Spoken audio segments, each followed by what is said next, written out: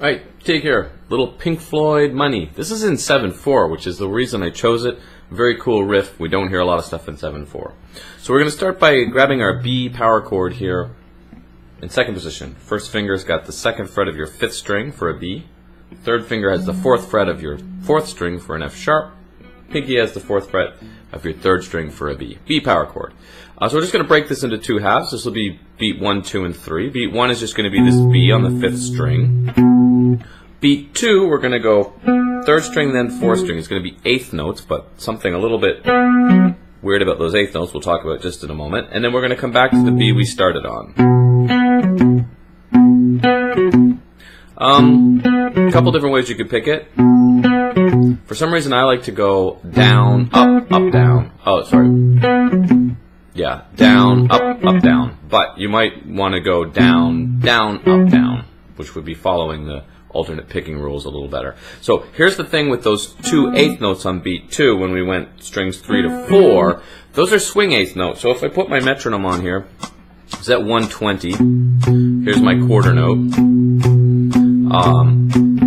I'll make my eighth note by doubling it. Swing eighth notes have this long short feel. They're actually part of like a triplet. 1, 2, 3, 1, 2, 3, 1, 2, 3, 1, 2, 3, triplet, triplet, triplet, triplet. Slow it down just so you can hear that. 1, 2, 3, 1, 2, 3, 1, 2, 3, 1. Tick, tick, tick. It's like playing on the first and the third of a triplet. So that's what's happening on these two eighth notes. So these are called swing eighth notes or triplet feel. Now when we come back to this B on the fifth string, which is beat 3, it's also a quarter note, but it's staccato. It has a little dot above it, so it's very short. Okay, so that's half of it. Then the second half, we're just going to go F sharp on the second fret of your low E to A, the fifth fret of your low E. Those are full-length quarter notes, so hold those full value. There's a slight palm mute to this whole thing too. Then we're going to grab B, the note we started on, second fret of that A string, to D, the fifth fret of that string. This B will also be staccato, so we had long, long, short, but these are just quarter notes. This is beat 4, 5, 6, and then the D here on that fifth fret is beat 7.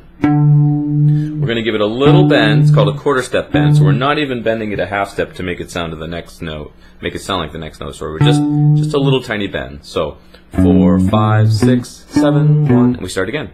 That's the 1.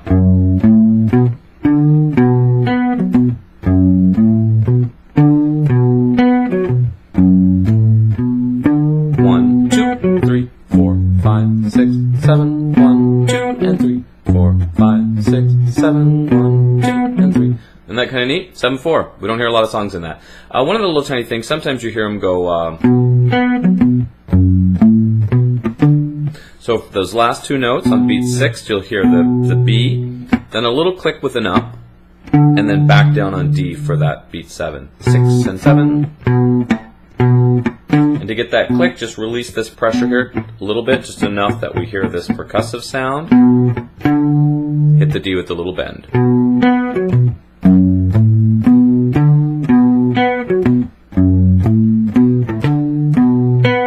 Kind of neat, right?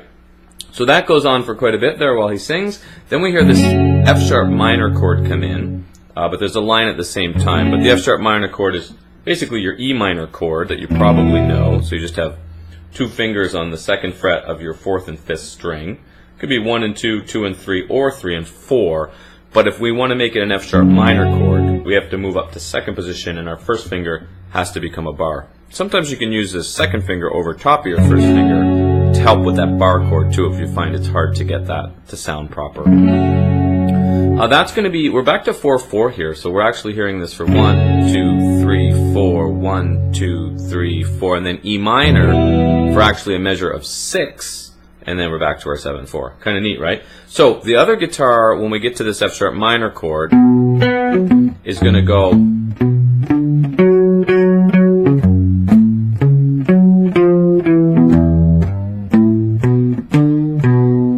to the main riff. So because the last note we played of the main riff was this D with our pinky, we're we're going to grab F sharp. It's like the power chord that you played in the first part, right? We'll grab it with finger 4. We're going to play 2 quarter notes, both long, and then we're going to go F sharp to C sharp. Now this is a little bit weird. Those are both on the 4th fret. So I'm just going to kind of take my 3rd finger and roll it, because then I have to get to this F sharp. So notice I'm just building an F sharp power chord, which would probably be easier to play like this, but because, remember those last 4 notes, we're really not going to be able to get to the pinky there very quickly. So I'm going to use my 3rd finger, roll it. You could, if you want, use your 2nd finger. That works pretty good too, actually. Or roll the 3rd finger. So we had 1, 2, 3, and 4. And then we're going to go to A here. This is, remember we said this is just 4, 4 here now. So this was just 1, 2, 3, and 4. And now we're going to go A for B1. Back to the C sharp. So this A is with the pinky. You could also play your open A. It's the same note. Then that F sharp again. So I'm going to roll that 3rd finger back the opposite way. Then F natural, the 3rd fret of that D string. So I went A, C sharp, F natural. So that's that whole measure. And that was just 1, 2, 3, and 4. 1, 2, 3, 4. Now the measure of 6 that we talked about over the E minor chord is going to go. So because the last part we played here, we're probably going to want to roll that 1st finger the same way, unless we're going to slide the 2nd finger back, because the last note we played was this F, right? So I'm just going to roll my 1st finger, 2 eighth notes for 1 and 2. There's 2, your low E. G on the 3rd fret, open A, so your 5th string open, the B, and D. B on the 2nd fret, D. That's the whole riff. And that's 6 beats there. 1, 2, 3, 4, 5, 6. You could use the 5th fret A instead of the open A. They're the same note, right? So it's up to you. So all together.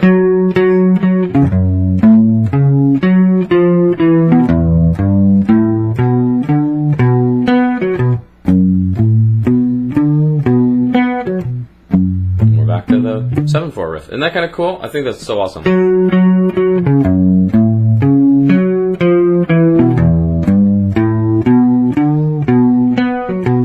And for the most part, you just downpick the whole thing. When we play those 8th notes, the alternate picking rules would be down, up.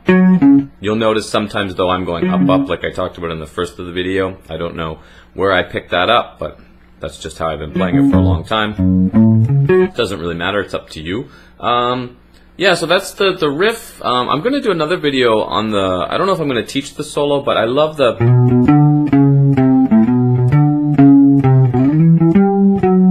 what's happening underneath the solo, and it's really fun to improvise over. And one last thing I'll just say here is these 4 notes in the bottom part of that main riff are a B minor 7 arpeggio, F sharp, A, B, and D.